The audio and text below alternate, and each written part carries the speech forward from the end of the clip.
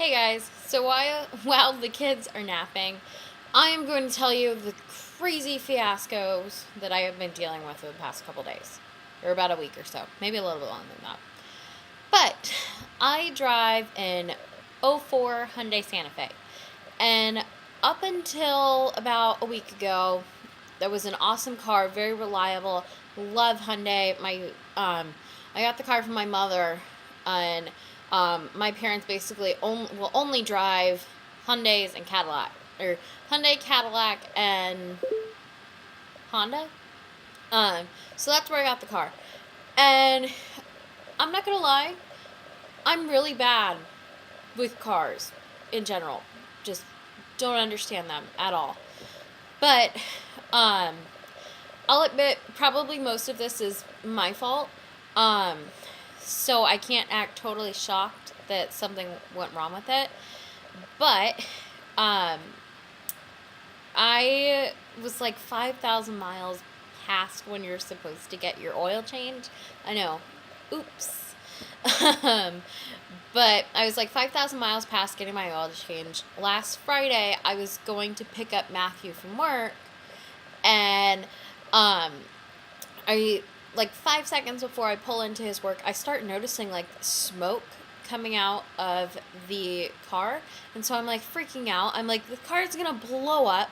So luckily, I was like really, really close to his work, and I'm like, this car is smoking like it's dying. Like, I knew I should have got my oil changed. Like, why did I let it go on this long? And so we take it to Walmart to have them put oil in it. They go to check my car to see how much oil I have in there because they told them I'm really bad, 5,000 miles. Hey. And apparently my car was bone dry. There was no oil in there whatsoever.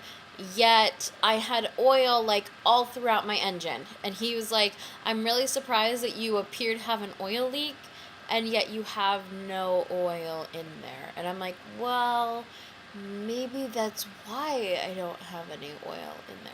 But that's just a thought. And so we then so we put oil in it. It was still smoking just a little bit. So I was like, okay, let's at least drive it to the house, and I'll take it to the mechanic whatever day. So I take it to the mechanic, and they tell me that I have like a cracked radiator, I need new spark plugs, like a whole bunch of stuff. So basically, $1,400 later, supposedly my car is okay. So I take the car home.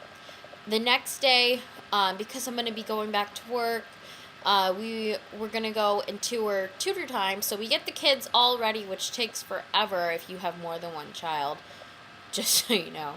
But we get the kids all ready. We go to the car. I try and start it up. Nothing. So I called my friend Josh to have him come and give me a jump. He gives me a jump. I take it over to AutoZone thinking that I need a new battery. I buy a battery, put it in, drive like 5 miles to go and take my drug test for work. And in the time that it took me to drive over there, take my drug test, go back to the car and try to turn on, nothing. No. So again, I call my friend Josh, and I'm like, hey, it's not starting. You want to come help me out again? Huh? And so he's like, fine, I'll help you. Like, you're lucky that you're like my best friend. And so he gets there, and the car is just not taking his little thingy to charge it up.